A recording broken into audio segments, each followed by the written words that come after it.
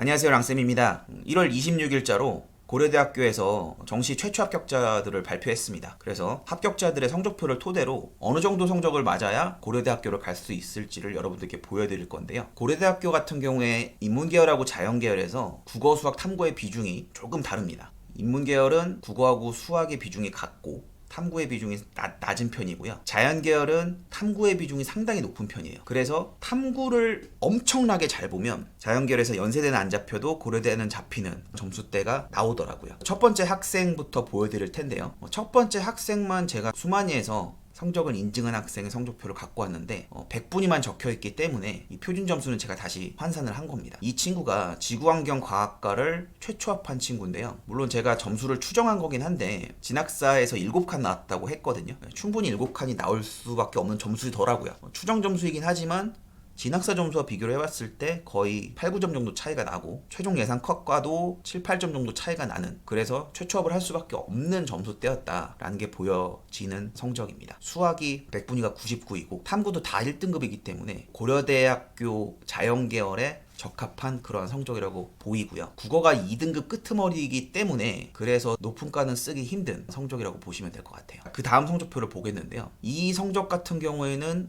위의 성적보다 국어 점수가 높지만 수학은 낮죠. 그리고 탐구도 2등급과 1등급 이렇게 나와 있는데 이 친구를 인문계열로 환산했을 때가 673.2 정도 되고 자연계열로 환산했을 때 673.7 정도가 되는 점수입니다. 그래서 자연계열로 가면은 아까 위 학생이 썼었던 지구환경과학과 환경생태공학부 보건계열 쪽까지는 쓸 수가 있는 점수대인데요. 아무래도 이 친구가 고려대학교 자연계열의 낮은 학과보다는 인문계열 쪽으로 도전을 해보고 싶어서 정치외교학과를 써서 최초합을 한 성적이라고 볼 수가 있겠습니다. 그럼 이러한 성적대가 나군에서는 성균관대 소프트웨어를 쓰면은 추합권에 들어가는 성적이거든요. 그렇기 때문에 성균관대 소프트웨어도 가군에서 고려대를 선택하는 친구들, 연세대를 선택하는 친구들 때문에 추합이 돌 수밖에 없는 그러한 구조가 형성이 됩니다. 다음 성적도 보겠습니다. 위의 성적과 반대의 성적인데요. 국어가 압도적이고요. 수학이 조금 미끄러진 이런 성적인데 환산을 해봤을 때 간호대학하고 가정교육과만 환산 점수가 조금 달라요. 그리고 지구환경, 환경생태 역시 점수는 되는데 이 지구환경과학이랑 환경생태공학이 아무래도 좀 저항을 받는 그런 학과이기 때문에 간호대학을 선택해서 합격을 한 친구고요. 한양대 같은 경우에는 생명과학과 이쪽을 쓰면은 그냥 최초합을 하는 성적대가 이렇게 나와 있는 성적이라고 볼 수가 있습니다. 그래서 이 고려대학교의 자연계열을 쓸 수 있는 마지노선의 점수는 고대 점수로 672점 정도가 돼야 된다, 이렇게 볼 수가 있고요. 그 아래 정도의 성적이 나오면은 인문계열로 가야 한다, 올해는 이렇게 볼 수가 있습니다. 또 다음 성적을 보면요, 국어가 2등급에 걸려있고 탐구 하나가 2등급에 또 걸려있는 그런 성적을 받은 친구인데요. 환산을 해봤을 때 이과로 환산을 하면 669점이고 문과로 환산하면은 666점 정도 되는 점수입니다. 아까 672점 정도 돼야 안전하게 고려대학교 자연계열을 들어갈 수 있다고 얘기를 했어요. 그래서 이 친구는 과감히 포기를 하고 인문계열로 지원을 해서 영어교육과를 한 번에 붙은 학생입니다. 나군에서는 한양대 신소재공학부를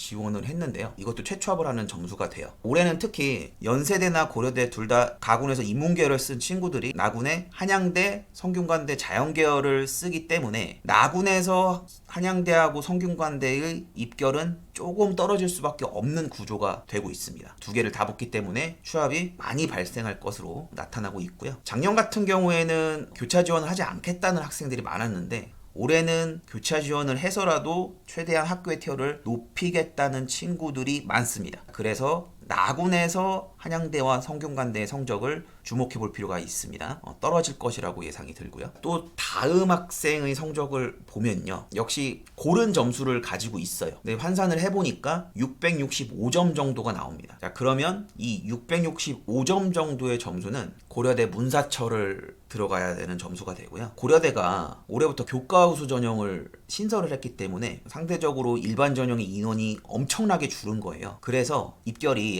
아주 타이트하게 잡히게 되더라고요. 665점 정도의 점수면은 어문과 사학 쪽의 점수가 딱 맞는 점수대가 665점대다 이렇게 보이거든요. 그래서 한국사학과를 합격한 성적표입니다. 나군에서는 성균관대 공학계열을 쓰면은 추합으로 붙는 성적이 돼요. 역시 성균관대 공학계열도 엄청나게 추합이 많이 돌 수밖에 없는 구조가 됩니다. 제가 성적을 보여드렸는데 이 최초합한 친구들의 성적에 공통점이 있어요. 수학이 거의 대부분 다 1등급이라는 거예요. 수학이 100분위가 94였던 친구 같은 경우에는 국어가 압도적으로 잘 받고 이렇게 되어 있거든요. 그러니까 고려대의 반영 비율을 놓고 봤을 때 인문계열을 가려면은 국어 수학은 압도적으로 1등급을 받아야 하고, 자연계열에서는 수학과 탐구가 다 1등급이면서 국어가 3등급으로 내려가지 않아야지만 고려대학교 자연계열을 승부 볼 수 있다, 이렇게 결론이 나타나게 됩니다. 결국 국어 수학이 메인이고 자연계열 가고 싶으면 탐구까지도 완벽해야 한다. 이것이 고려대학교를 최초합하려면 어떻게 하나라는 거의 결론이었습니다. 연세대가 나오면 연세대학교 최초합 성적도 분석을 해보도록 하겠습니다. 감사합니다.